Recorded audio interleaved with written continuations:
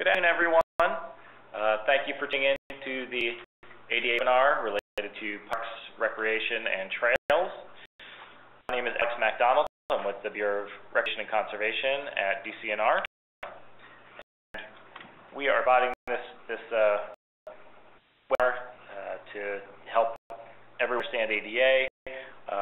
Before we get to that, I just wanted to mention that if you have any questions or comments, please use the chat log on the right-hand side of your screen.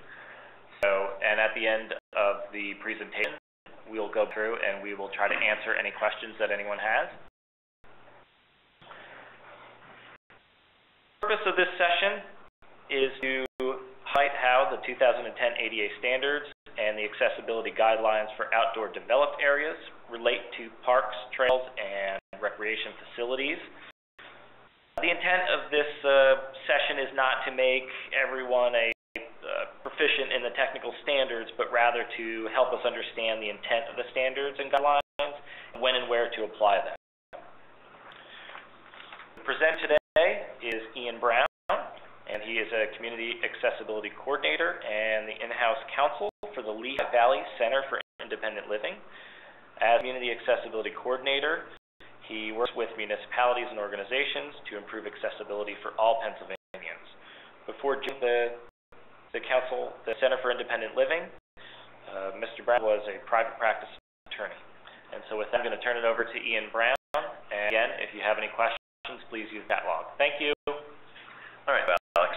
And yes, please do use the chat log for any questions. I'm not guaranteeing that I'm going to be able to answer them, but if there's something that I'm not able to answer at this time, I'll be happy to answer questions by email, and my email is included in this presentation. As Alex mentioned, this isn't going to make you an expert in ADA.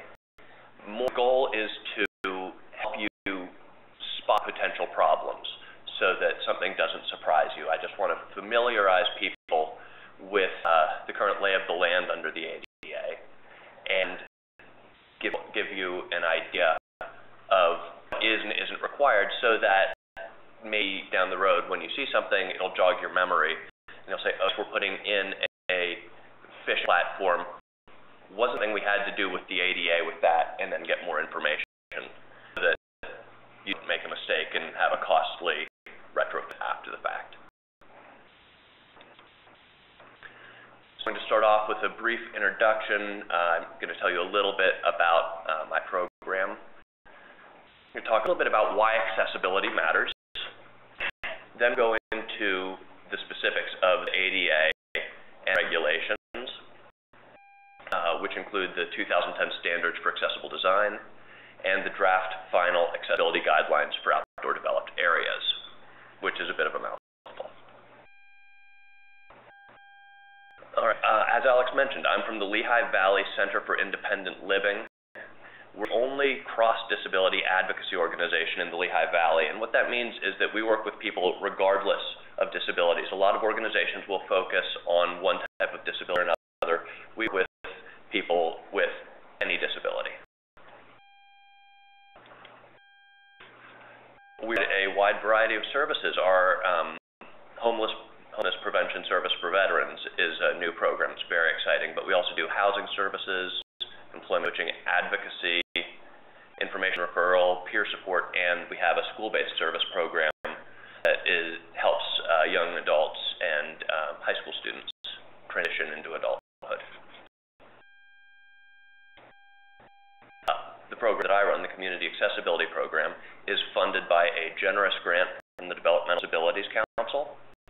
And our focus is improving accessibility and acceptance for all Pennsylvanians across the Commonwealth. Right now, we're mostly focused on Lehigh County and Northampton counties.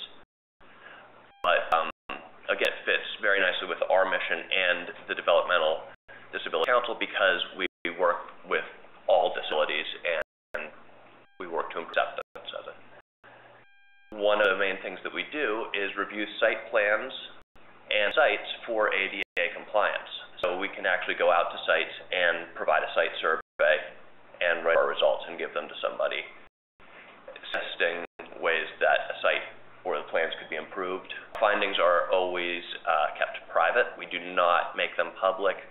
We're not going to go to another enforcement agency. This is very much an informational service where we will give you information, and then we will help you come ask for more help, but it's not our job to get anybody in trouble. The terms of our grant with the DDC actually specifically forbid us taking any action that could result in enforcement.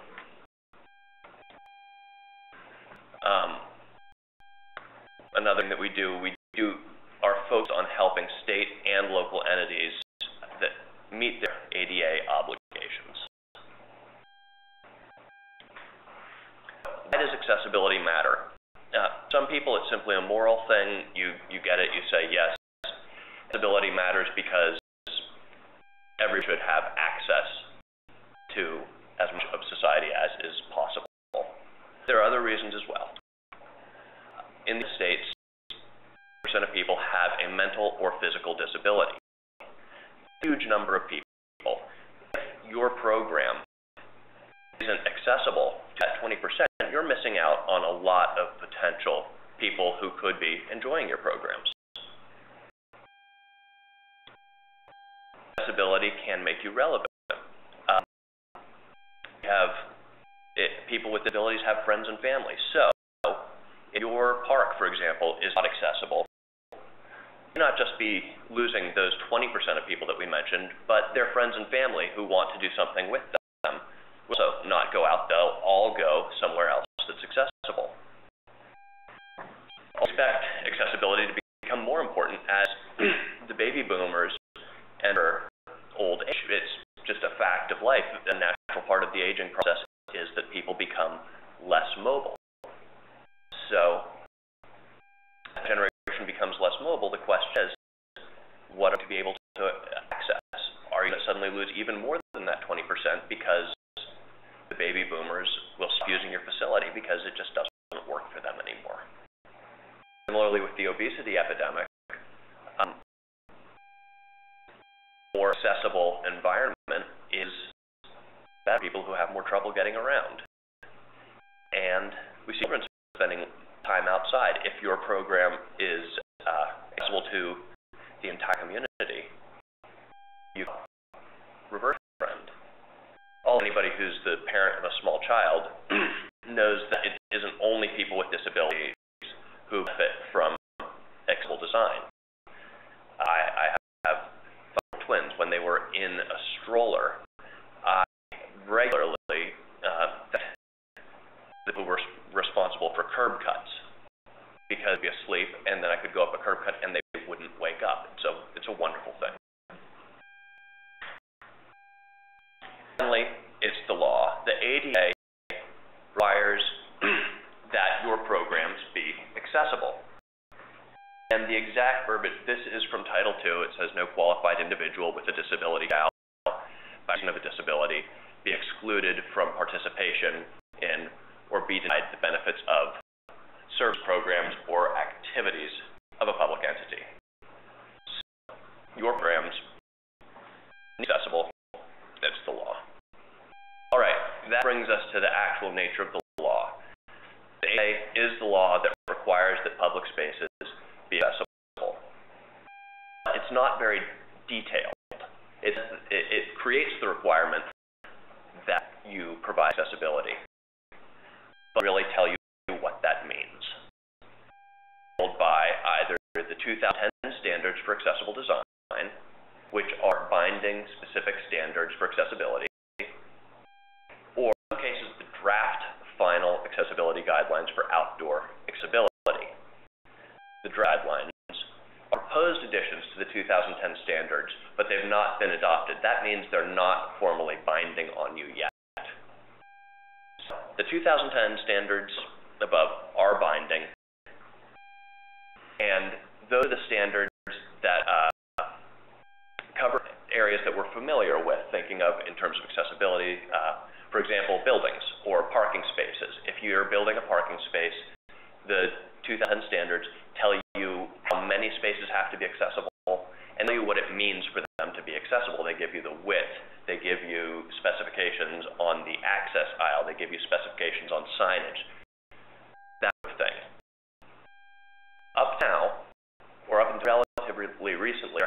been good guidance on how you make some outdoor spaces accessible. So if you're building, for example, a campground or a picnic area, you still have that obligation under the ADA to provide accessibility. But ADA doesn't tell you what that means. So you know you have to be accessible, you just don't really have a good map for getting there. The draft accessibility guidelines provide a much more detailed set of guidelines in those circumstances. Let me see. So, to summarize, the 2010 standards, and I'm going to refer to them as the 2010 standards from here on out, they're binding. The draft outdoor guidelines are not binding. That's the big important distinction to keep in your mind as we go forward. In determining which ones, where you look for guidance, it's a straightforward process. Ask if the 2010 standards are applicable to your situation. If they are, you apply them. If not, then you look at the draft guidelines and see if they're applicable. So let's start with the 2010 standards for accessible design. These are the mandatory accessible standards. As I mentioned, I'm going to call them the 2010 standards. Here's of the 2010 standards that we're going to go over.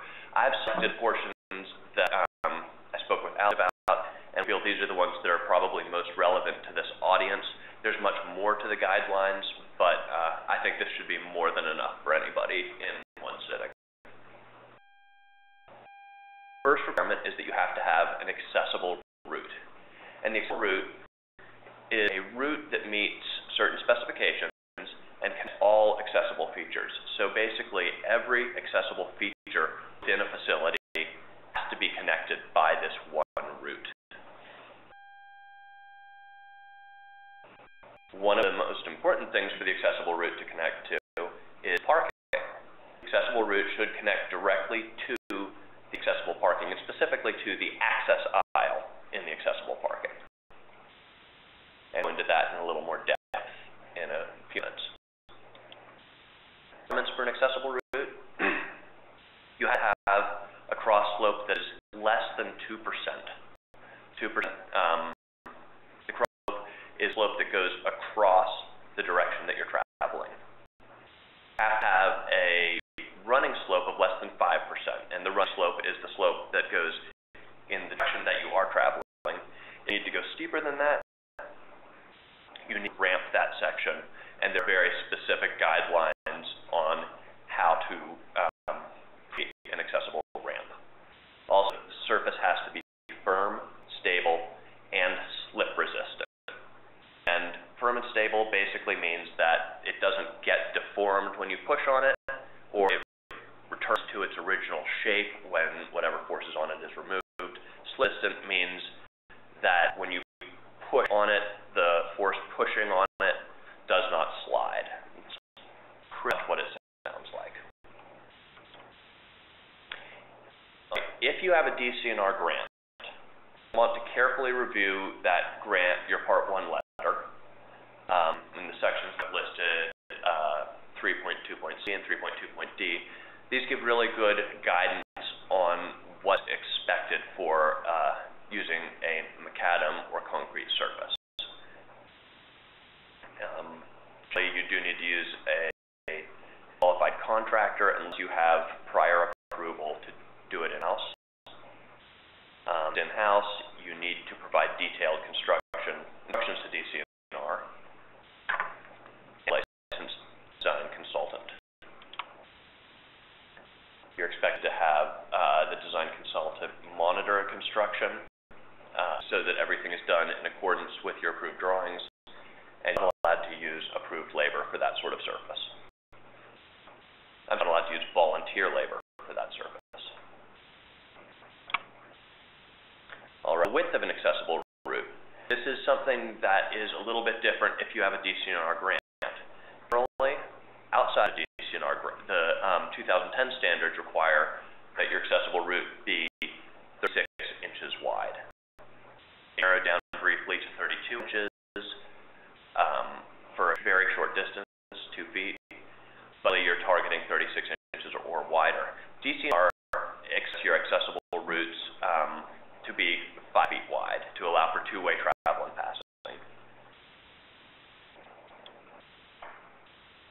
accessible route can have change in vertical height that are no more than a quarter inch. So that means if you run into a bump of some sort, it can't be more than a quarter inch. Now, ends of that stairs are never part of an accessible route because stairs, by definition, have a rise that is higher than a quarter inch. To accessible parking. You are required to provide parking at parks. There's no requirement to provide parking at trailheads. Your accessible parking has to have clearly marked correct signage. That's going to be the international symbol of accessibility, the man in the wheelchair against the blue background that we're all familiar with. Your car spaces need to be 96 inches wide, and van spaces need to be 132 inches wide. Both should be next to an access aisle, and the aisle, as I mentioned earlier, has to join an accessible route. There are more requirements. These are the big ones that you will pay attention to, but if you're putting in parking, to look parking up in the 2010 guidelines. And it's a section, it gives you all the information you need. The required number of accessible spots depends on the total size of your parking lot. So the larger the parking lot, the more spots you're required to make accessible. One other thing that is Pennsylvania specific, underneath the sign that marks a space as accessible, you also should have the fine amounts posted. If those fine amounts are not posted, you're not going to be able to enforce the fines. One point a lot of people ask about is the painting on spots where people paint the symbol on the ground. That's an excellent idea. It is not technically required under the 2010 standards. So this just shows a few of the things we've been talking about. Here, let me see. Alex, can you show me how to do this? We have the pointer, is it? Yeah. It's right there. So right there, you have the access aisle. You can slowly draw on it. And this is what's called the access aisle. It needs to be connected to our route. We have a sign with the symbol of accessibility and curb ramp. Curb ramps can be part of the aisle. Not part of the accessible route. Again, parking lots need to be connected to accessible route. So this picture right here, we see that the prevailing wisdom is that you should pave your accessible spots. The 2010 guidelines don't say that the spots need to be paved. They say that they need to be clearly marked. And generally, if you paint gravel, it's going to remain clearly marked. There's been some suggestion that on some aggregate surfaces, the will stay for a long time.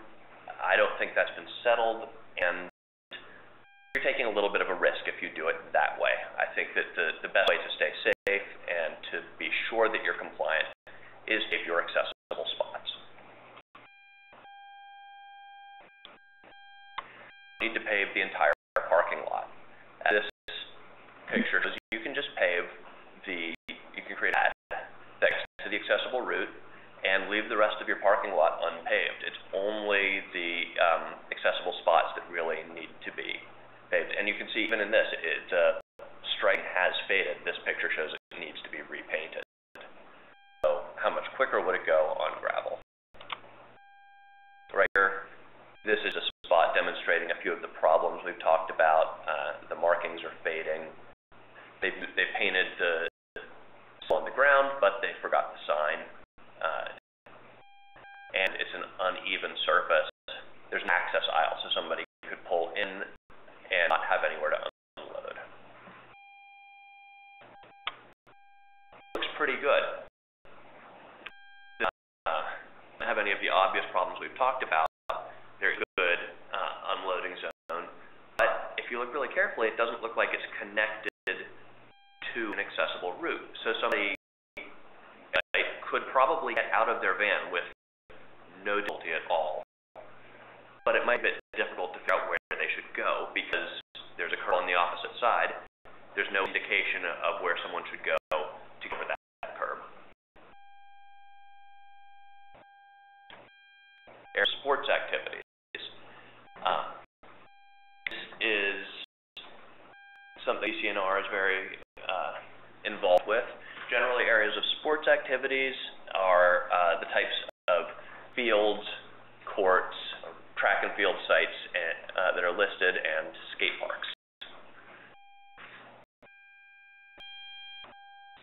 And if you have areas of sport activities, each field or court be connected to accessible parking by accessible route.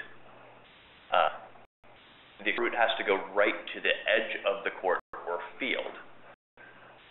And finally, the areas where the players are going to sit should also be connected by an accessible route. This of the area is not required to comply with the firm, stable, slip-resistant standards that are through the guidelines.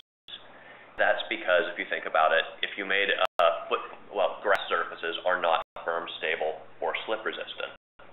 So if you get rid of grass on, say, a soccer pitch, you no longer have a soccer field. You fundamentally changed the nature of it, and that's not what the guidelines are meant to do. So they provide access, but they change what you actually put in.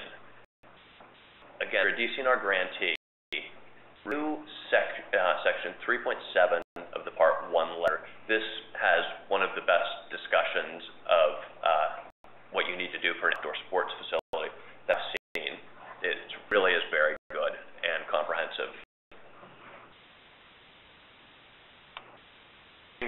And platforms, subject near and dear to my heart. The fishing pier or platform that you build should be accessible.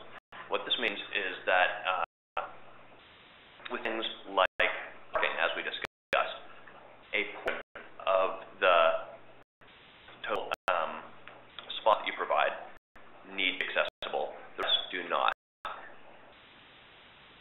We have a quick question.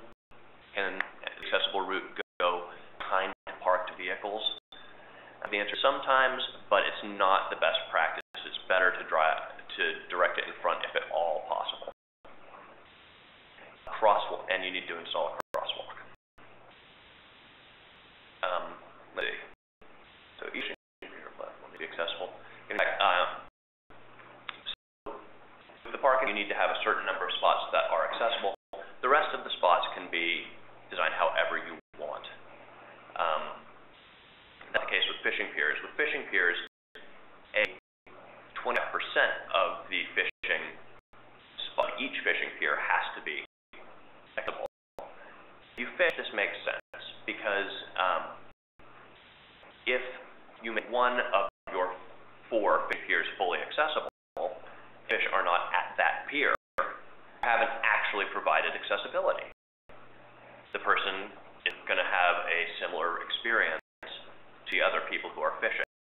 So every single pier should have accessible spots. And now what does that mean? For each one, it needs to be located on an accessible route. So every fishing pier, you need to have an accessible route leading towards it, which meets all of the requirements we went over: firm, stable, slip-resistant, slope, etc., etc. A gangway leading to a floating dock, one of the ones that's out in the middle floating and that rises and falls with the level of the water, and that way is over 30 feet, then the gangway itself is exempted from slope requirements. And this is a recognition of the fact that water levels change. And so if you make the gangway long enough, the gangway itself can at times be steeper than would otherwise be allowed. And that's just because without that allowance, it would be difficult to impossible to have a floating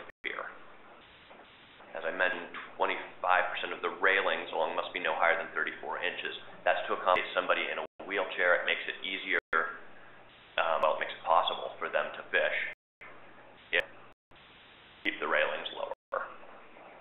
If you look in section 5 of the 2010 standards, there's additional information. And I have links to all of this information at the end of my presentation.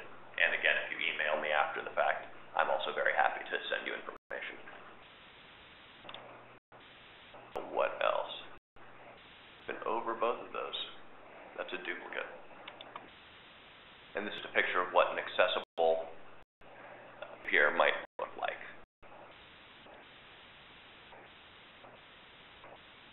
Players. This is one of the most complex areas in all of the 2010 standards. That's the bad news.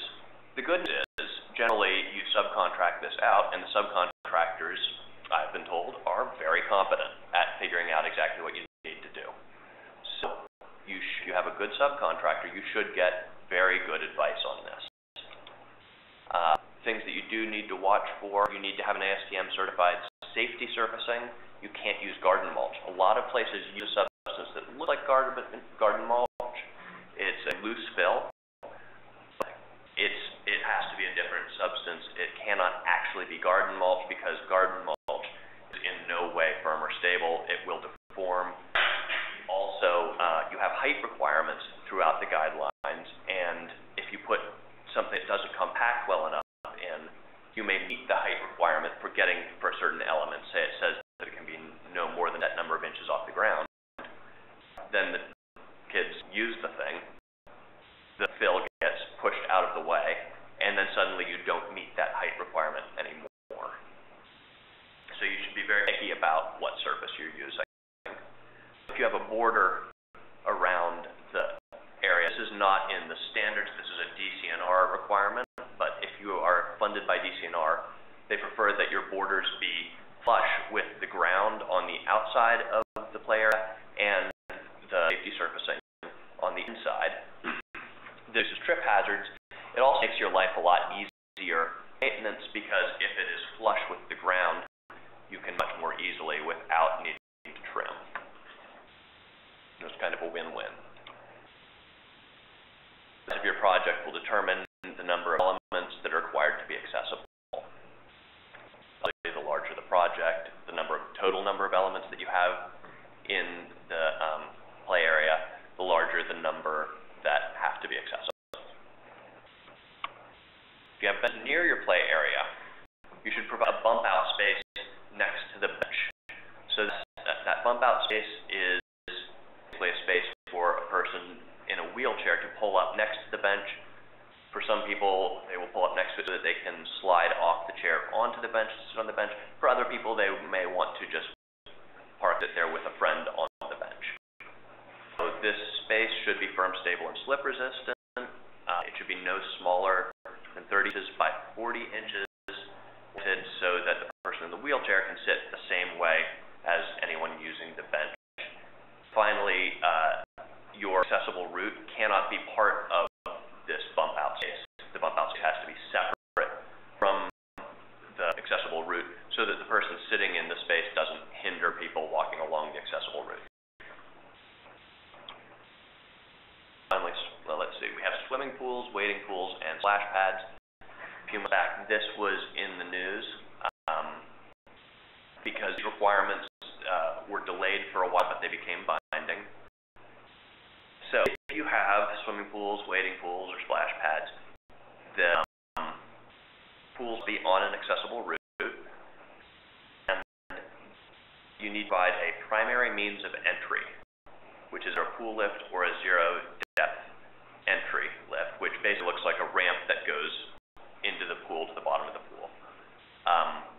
And that's true for all pools, regardless of size. You have to offer that. For large pools, you have two accessible means of entry. One has to be one of the primary means of entry listed above, and in another slide, one of the next slides, I'm going to show you there are a few other types of entry you can use as well. Right here. So, as we can see, we have right here, swimming pools are less than 300 linear feet,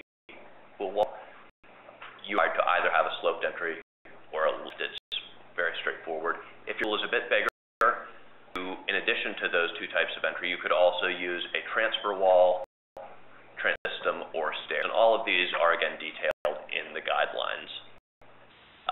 And then they get into wave pools, wading pools, and spas. So for pools, this is an area of confusion. It's caused a lot of unhappiness because the guidelines are not clear on this, but your pool lift has to be fixed in place, and it has to be operable by somebody without assistance. So what a lot of hotels specifically wanted to do was to buy a portable pool lift and then have an attendant pull it out if somebody went to the front desk and requested it. And the DOJ said that's not going to fly. It is that's requiring the people to go a few steps farther to use the pool than anyone else. So the finding here, if you've already bought a portable pool lift, is that if you can attach it to the surrounding area so that it is fixed in place, that qualifies as a fixed pool lift. You don't need to buy one that's designed to be fixed in place if you can solidly fix it in place so that it's otherwise compliant. This will be available saved. I'm not sure if we're going to put it up in PDF form or not. We can. We can? We can? Okay, it will be. This is a picture of a sloped entry. I mentioned it looks like a big ramp going into the pool. And the guidelines will set all the parameters for that. Picnic tables. Now this is an interesting one. And yes,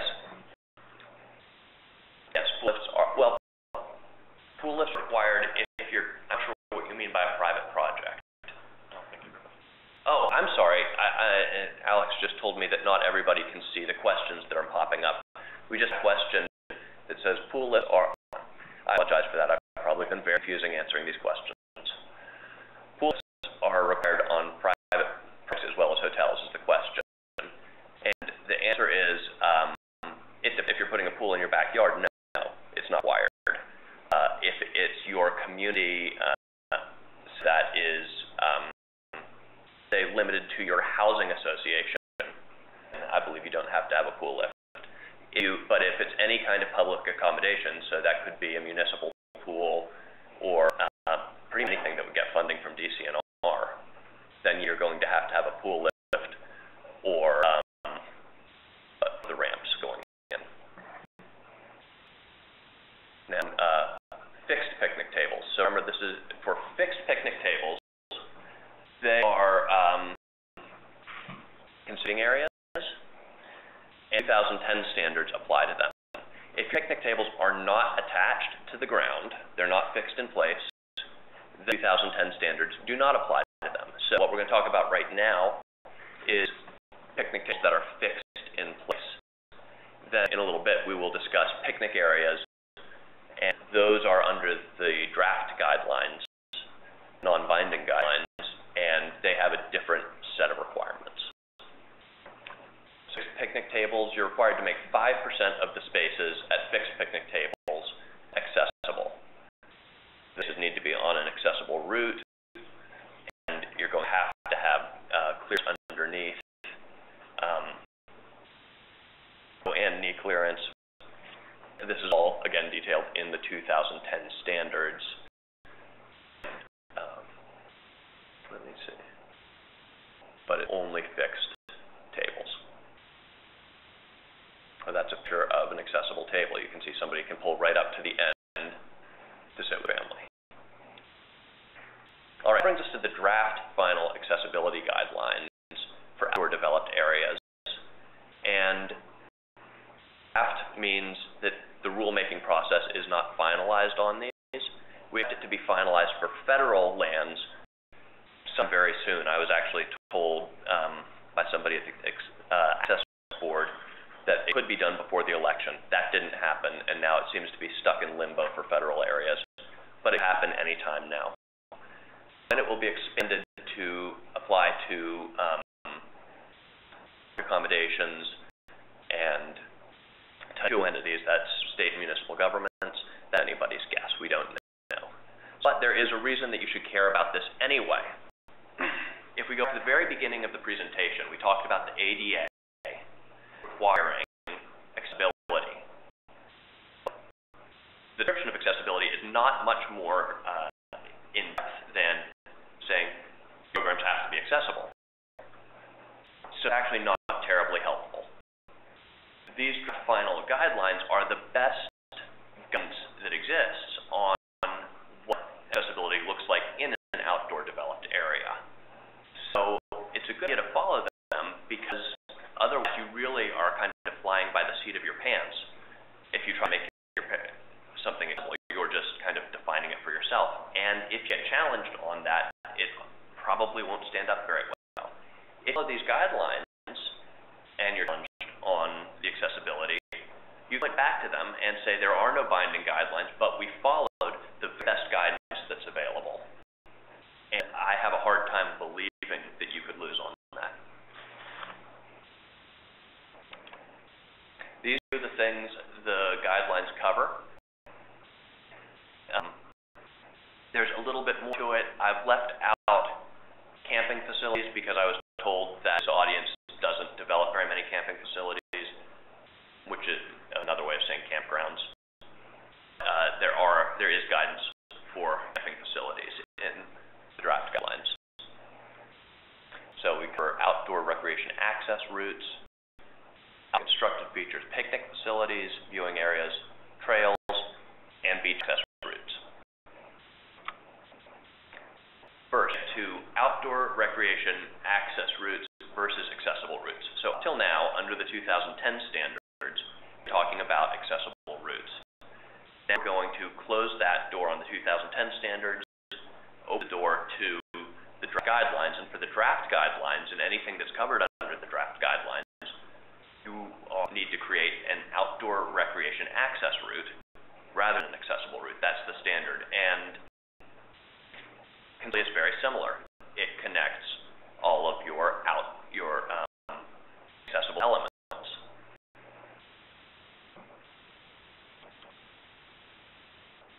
As I said, accessible routes are the 2010 standards. Outdoor recreation access routes apply to the draft outdoor guidelines. Why do you care? Well, because the outdoor recreation access route is held to a slightly lower standard. It is a recognition of the reality that the outdoors differs from the indoors. And if you're in a more primitive environment, if you're out somewhere like a campground or a picnic area or a trail, trails have their own set of standards, but in one of these less developed areas, you have different expectations. And if you're out there, it is going to be a little bit more rugged to get to the campsite. It's going to be going from your desk to the bathroom. So, first of all, your slopes can be a bit steeper. For short segments, they can go up to a 10% grade as compared to a 5% grade for accessible route. Also, your surfaces are required to be firm and stable, but they eliminate the slip resistance. And this is a recognition that leaves will fall on the route, and then it will rain, and then your recreation access route will not be slip resistant. Similarly, it will get iced over at times. So it's just not realistic to expect it to be slip resistant at all times. So obstacles can be a bit higher than a 1/4 inch. If you're using macadam or another pavement, I believe it's macadam or concrete, they can do a 1/2 inch. If you're using another surface, such as a compressed aggregate, then it can be up to a 2-inch obstacle.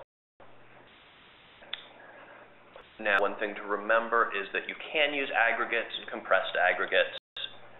You cannot use loose gravel. Loose gravel is not firm and stable. And the way that that's judged, whether you've compressed it enough, whether it's going to work, is usually using an umbrella stroller. This is kind of it's not a scientific method, but it seems to be the industry standard right now. And what you do is you use the umbrella stroller and push down, see if you can make ruts. If you can't make ruts using the umbrella stroller, then the surface is probably firm and stable.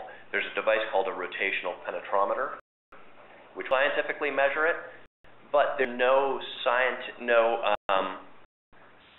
on what is an acceptable reading on this rotational penetrometer. So it will give you a wonderful reading, but it doesn't actually mean anything. Question says, did you mention actual distance for short segment for 10% slope? I did not mention that. Again, that is in the draft guidelines. And I didn't mention that is there are actually a number of differences, levels. So it says if your slope is 10%, it can go for one distance. If it's in between 10% and 5%, another distance. And the easiest thing to do is just to look it up. And that brings to outdoor constructed features. Outdoor constructed features are picnic tables, fire rings, grills, fireplaces, wood stoves, trash and recycling receptacles, water hydrants, utility and sewage hookups, outdoor rinsing showers, benches, telescopes, and periscopes. And they're required to be accessible. There are exemptions. For example, trash and recycling receptacles in certain areas are not required to be fully accessible. Generally, the way you would test with that type of receptacle whether it's accessible is whether you can open it with a closed fist. If you can, then it's accessible. Because bears can open things that you can open with a closed fist. Opposable thumbs for it.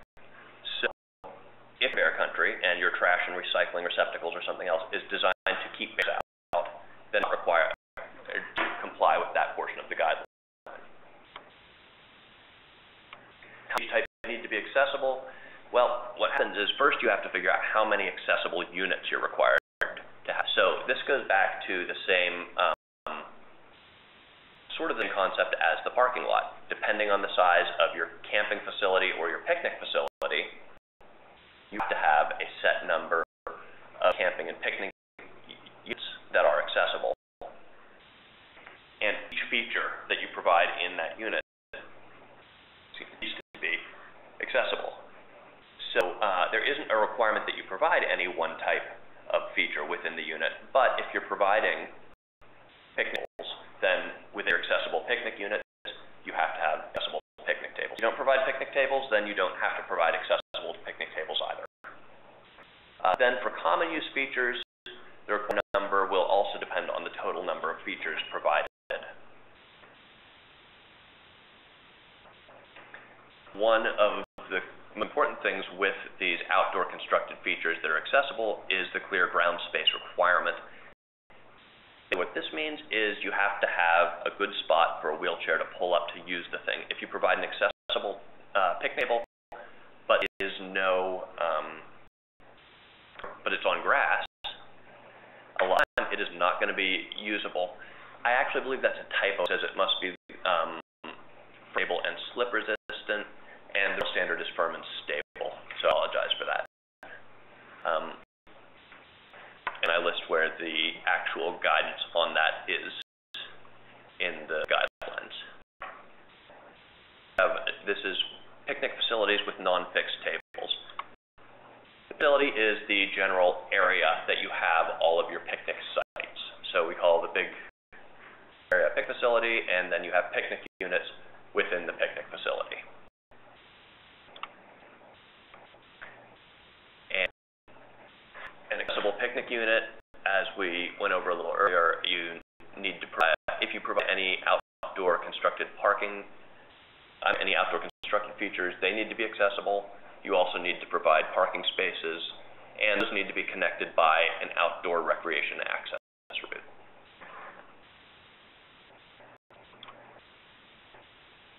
Two picnic units in a facility need to be accessible. So if you have, now you can have a facility with one picnic unit, and that one unit has to be accessible. If you have a facility with two picnic units, both of them have to be accessible. Beyond that, it's 20%, but no less than 2. That brings rails.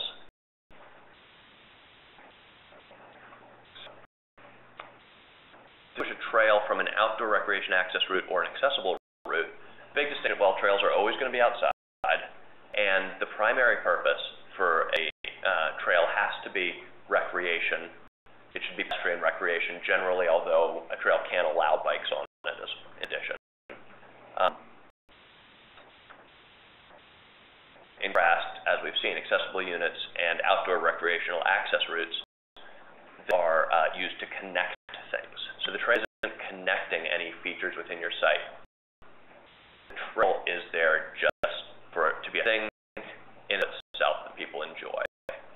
And trails are held to an even less stringent standard than the accessible route or outdoor recreation as route. So here are the running slopes for a trail. And you can see it can actually get to a slope of 1/8, 10 feet.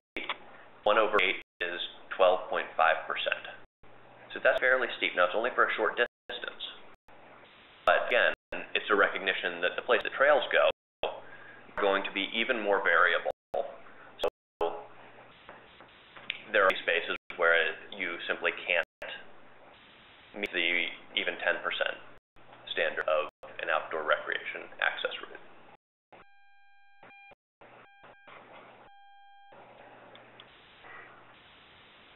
This is what I think this is one of the most important points in this entire presentation.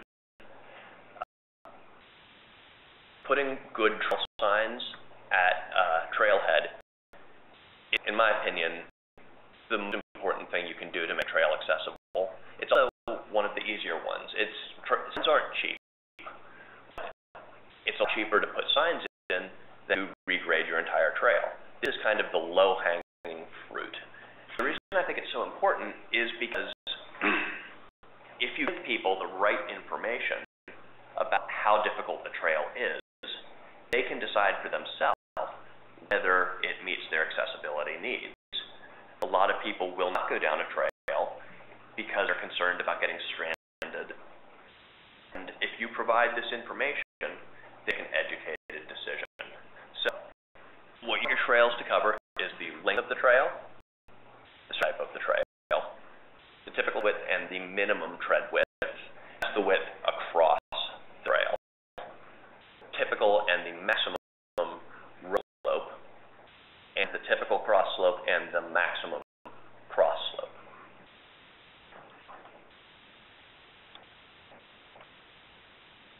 So one of my pictures disappeared, but this is a picture of a trail that is not accessible. You can see here it appears to become very narrow. Trails are meant to be 36 inches wide minimum, and so they can go down to 32 inches for a bit, but that looks significantly less than that. It's hard to see in this picture, but if you blow it up a little bit, it does not look firm and stable. It looks very slick and muddy. And there's a big rock up there that's more than 2 inches high. View areas. View areas are, again, what you would expect. They're areas for viewing a prominent natural feature. And you have to provide ground space that's connected to an outdoor recreation access route. You have an unobstructed view between 32 and 40 inches above that clear ground space. So you're basically providing a place for somebody to pull up their wheelchair and spots making sure that they can see from the wheelchair. It should be no steeper than 1/48. However, if you or over 33, let me see. You know what? That is backwards. I apologize. It should be 1/48 for asphalt, concrete, and boards, or 1/33 for our surfaces. And finally, it should be firm and stable and provide a turning space so that somebody can go in and then turn around and go back instead of being forced to go the whole way in reverse. Best routes. I didn't think that this was particularly important for Pennsylvania, and I said so, and someone informed me that at Presque Isle Park there are over 9 miles of beach. So I stayed directed beach in Pennsylvania.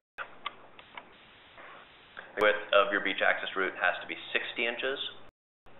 Also need to be less than 1 inch, or a half inch if it's concrete asphalt open be a half-inch and barriers to provide suitable, clear width and accessible hardware, and they're going to see references to the guidelines that are a bit more in-depth than we're going to go today.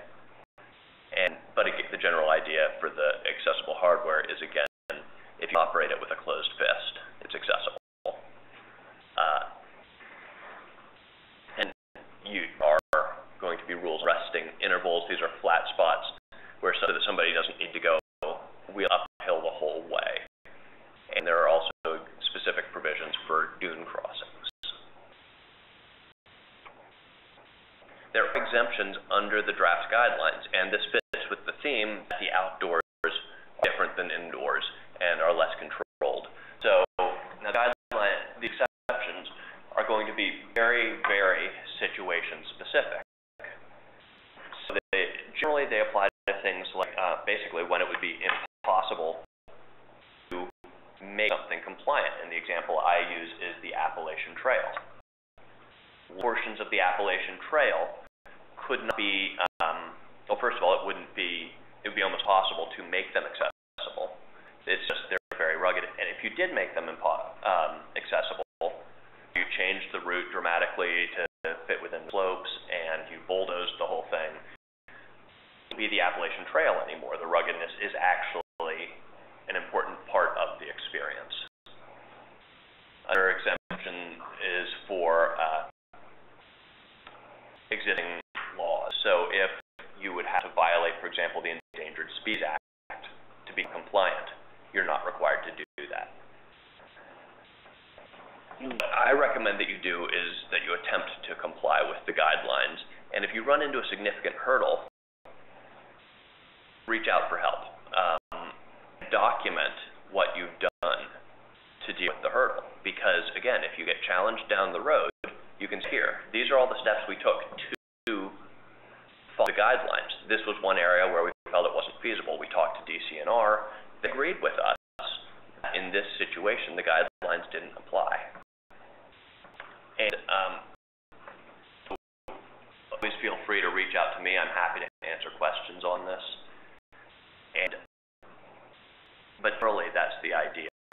And in a way, with guidelines, you find yourself in the best of all worlds, because they're not binding yet, which means if you make a mistake, you aren't automatically in violation the way you would be with the 2010 standards. But what you can do now is begin to learn about these guidelines, comply with them to the greatest extent necessary that you can, and if you comply with them, in my opinion, you're pretty much safe from any kind of litigation or enforcement action. Somebody might try, but I think that it would be laughable. So, in summary, I think that you should try to follow the 2010 standards. That's not something I think. That's something you have to do, or you do risk an A suit. If the 2010 standards are not applicable, then try to follow the draft outdoor guidelines. And if you're a DCNR grantee, review your Part 1 letter. A lot of good information in there. And if you're what you're meant to do, you can contact me, you can contact DCNR, or you can contact the Access Board. They're actually very good about getting back to you.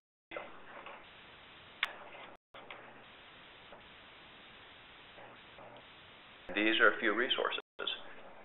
That pretty much gets to the end of materials. The question we have here is, do you think there will be a good, solid way to test the surface to see if it is firm, stable, and slip resistant? Because it was the development of the rotational penetrometer tool was that was a deal. There was money put into it. There were studies, and it never became part of the standard. So really, I think the best you can do is one of those sort of, is to use the straw for your aggregate surfaces. Now, if you're using general pavement, bituminous, macadam, something like that, it is going to meet the standard. If you use aggregate, the Penn State trail mix is a very well-known example of that. It meets the standard if it's installed correctly, but that's the concern, is that if it's not installed correctly, it's not going to bind up, and then this will not be compliant. Yep, we have another question here regarding paving on trailheads, and as far as accessible signage for parking spots. Do they need to be signed and marked and lined? At a tread? Yes. At this point, that's a confusing issue because it isn't directly referred back to in the guidelines. So my answer would be, I don't know that that's a settled question. I would strongly encourage people to do it, but there are not, I think it would be the best practice to do that. I can't firmly say that you're required. I think that you run a bit of a risk if you don't do it that way. I'd imagine if you used a compressed aggregate, that the paint and the actually stick to it very well and stayed around, you'd probably be fine, but you're taking a little bit of a risk. Thank you. Are there more questions? Does anybody want to provide any questions through the chat log? Now's the time to do it. I think we've answered just about all the questions that have come in so far. And I thank everybody for sticking with me. I haven't actually given one of these webinars before, so technical difficulties are entirely my fault. Okay. All right. That's about everything. Thank you for listening. Yes, and thank you everyone for tuning in. The people were out on vacation today. Once this next sometime, we are going to get this session in a recorded version on our website, and as what has been requested during the webinar is that we have a PDF version of the presentation. So we'll make sure that we get those online, and we will send that email out to everyone who registered for the webinar. So if there are any more questions, I thank you everyone again.